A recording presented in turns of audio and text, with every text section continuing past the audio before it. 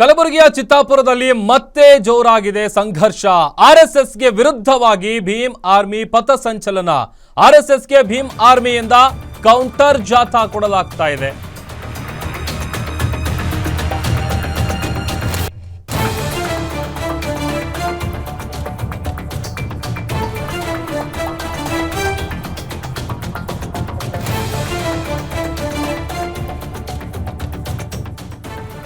ಕಲಬುರಗಿಯ ಚಿತ್ತಾಪುರ ಇಡೀ ದೇಶದ ಗಮನ ಸೆಳೆದಿತ್ತು. ಕಾರಣ ಆರ್ಎಸ್ಎಸ್ ನ ವಿಚಾರಕ್ಕೆ ಸಂಬಂಧಪಟ್ಟಂತೆ ಈಗ ಆರ್ಎಸ್ಎಸ್ಗೆ ಭೀಮ್ ಆರ್ಮಿಯಿಂದ ಕೌಂಟರ್ ಜಾಥಾ.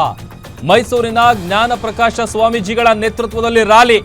ಸಂವಿಧಾನ ಸಂರಕ್ಷಣಾ ಸಮಿತಿ ಆಯೋಜನೆ ಮಾಡಿರುವಂತಹ ಜಾಥಾ ಇದು. ರಥದಲ್ಲಿ ಸಂವಿಧಾನದ ಪೀಠಿಕೆ ಇರುವ ಪುಸ್ತಕವನ್ನ ಇಟ್ಟು ಭೀಮ ನಡಿಗೆ, ಖಾಕಿ ಪ್ಯಾಂಟು, ಬಿಳಿ ಅಂಗಿ, ನೀಲಿ ಬಣ್ಣದ ಟೋಪಿಯನ್ನ ಧರಿಸಿ ಕೌಂಟರ್ ಕೊಟ್ಟಿದ್ದಾರೆ.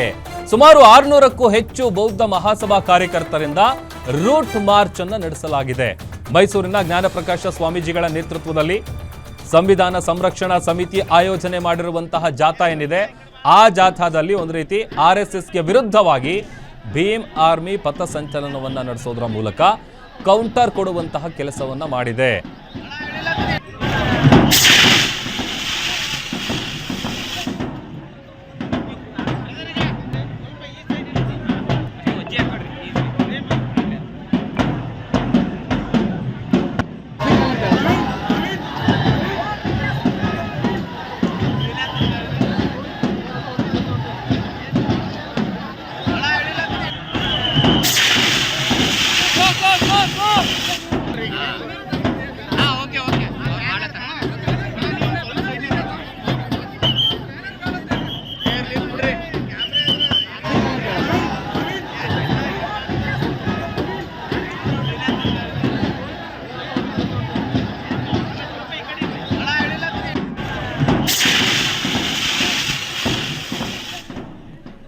ಕಲಬುರಗಿಯ ಚಿತ್ತಾಪುರ ಎಲ್ಲರ ಗಮನ ಸೆಳೆದಿದ್ದು, ಅದರ ಜೊತೆಗೆ ಹೈಪ್ ಆಗಿದ್ದು ಯಾವ ವಿಚಾರಕ್ಕೆ ಅಂತಂದ್ರೆ ಆರ್ಎಸ್ಎಸ್ನ ವಿಚಾರಕ್ಕೆ. ಆರ್ಎಸ್ಎಸ್ಗೆ ಮೊದಲಿಗೆ ಪರ್ಮಿಷನ್ ಕೊಡುವಂಥ ವಿಚಾರವಾಗಿ ರಾಜ್ಯ ಸರ್ಕಾರ ಯಾವಾಗ ಸರ್ಕಾರಿ ಜಾಗಗಳಲ್ಲಿ ಅಥವಾ ಶಾಲಾ ಕಾಲೇಜಿನ ಮೈದಾನಗಳಲ್ಲಿ ಆ ಥರದ ಕಾರ್ಯಕ್ರಮವನ್ನು ಆಯೋಜನೆ ಮಾಡಬೇಕು ಅಂತಂದರೆ ಪರ್ಮಿಷನ್ ತಗೊಳ್ಬೇಕು ಅಂತೇಳಿ ಕಡ್ಡಾಯ ಮಾಡಿದ್ರು.